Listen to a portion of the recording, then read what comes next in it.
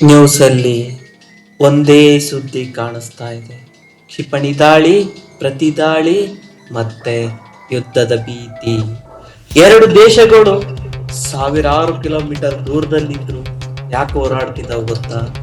ಇದು ಬರೀ ಗಡಿ ಜಗಳ ಅಲ್ಲ, ಇದು ವರ್ಷಾನುಗಳ ವರ್ಷ ವೈರತ್ವ. ಮಧ್ಯ ಪೂರ್ವದಲ್ಲಿರುವ ಒಂದು ಚಿಕ್ಕ ದೇಶ, ಅದೇ ಇಸ್ರಾಲ್. ಅದು ಹುಟ್ಟಿನಿಂದಲೇ ಅದನ್ನು ಒಪ್ಪದ ಕೆಲವು ರಾಷ್ಟ್ರಗಳು ಹುಟ್ಕೊಂಡು, ಅದರಲ್ಲೇ ದೊಡ್ಡದು ಅಂದ್ರೆ ಈ ಇರಾನ್. ಇರಾನ್ ನಂಬಿಕೆ ಏನು ಅಂದ್ರೆ ಆ ಭೂಮಿ ಪ್ಯಾಲೆಸ್ತೈನ್ ಜನರದ್ದು. ಆದ್ರೆ ಇಸ್ರೇಲ್ ಹೇಳೋದು ಏನು ಅಂದ್ರೆ ಇದು ನಮ್ ದೇಶ, ನಮ್ಮ ಅಸ್ತಿತ್ವ.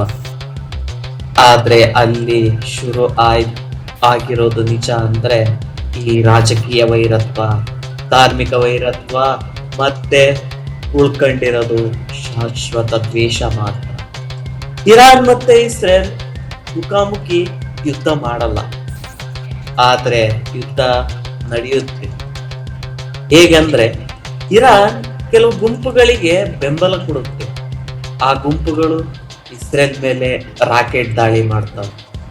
ಅದಕ್ಕೆ ಪ್ರತಿಯಾಗಿ ಇಸ್ರೇಲ್ ಆ ಗುಂಪುಗಳ ಮೇಲೆ ದಾಳಿ ಮಾಡುತ್ತೆ. ಹೀಗಾಗಿ ಯುದ್ಧ ಕಾಣಿಸ್ಕೊಳಲ್ಲ, ಆದ್ರೆ ನಿಲ್ಲೋದು ಕೂಡ ಇಲ್ಲ. ಆದ್ರೆ ಇಸ್ರೇಲ್ಗೆ ದೊಡ್ಡ ಭಯ ಏನ್ ಗೊತ್ತಾ? ಇರಾನ್ ಅಣುಬಾಂಬ್ ಮಾಡ್ಕೊಂಡ್ಬಿಟ್ರೆ ಏನ್ ಅಂತ. ಒಂದು ಕ್ಷಣದಲ್ಲಿ ನಗರಗಳು ಅಳಿದು ಹೋಗ್ಬಹುದು.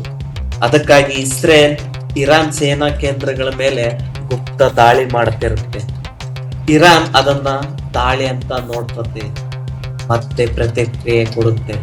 ಅಲ್ಲಿಂದಲೇ ಪ್ರತಿದಾಳಿ ಸರಣಿಗಳು ಶುರು ಆಗುತ್ತೆ. ಅಮೆರಿಕ ಯಾಕೆ ಬರುತ್ತೆ?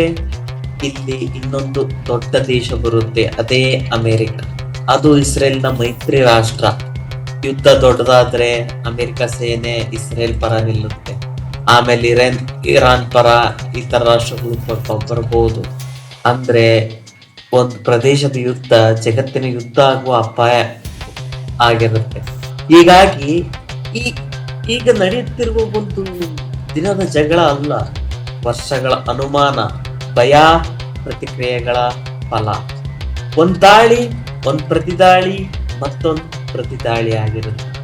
ಒಂದ್ ತಪ್ಪು ನಿರ್ಧಾರ ಸಾಕು ದೊಡ್ಡ ಯುದ್ಧ ಶುರು ಆಗೋಕೆ. ಆದ್ರೆ ಕಾರಣಕ್ಕೆ ಜಗತ್ತು ಈ ಸುದ್ದಿಯನ್ನ ಕೇವಲ ನೋಡುತ್ತಿಲ್ಲ, ಭಯದಿಂದ ಗಮನಿಸ್ತಾ ಇದೆ.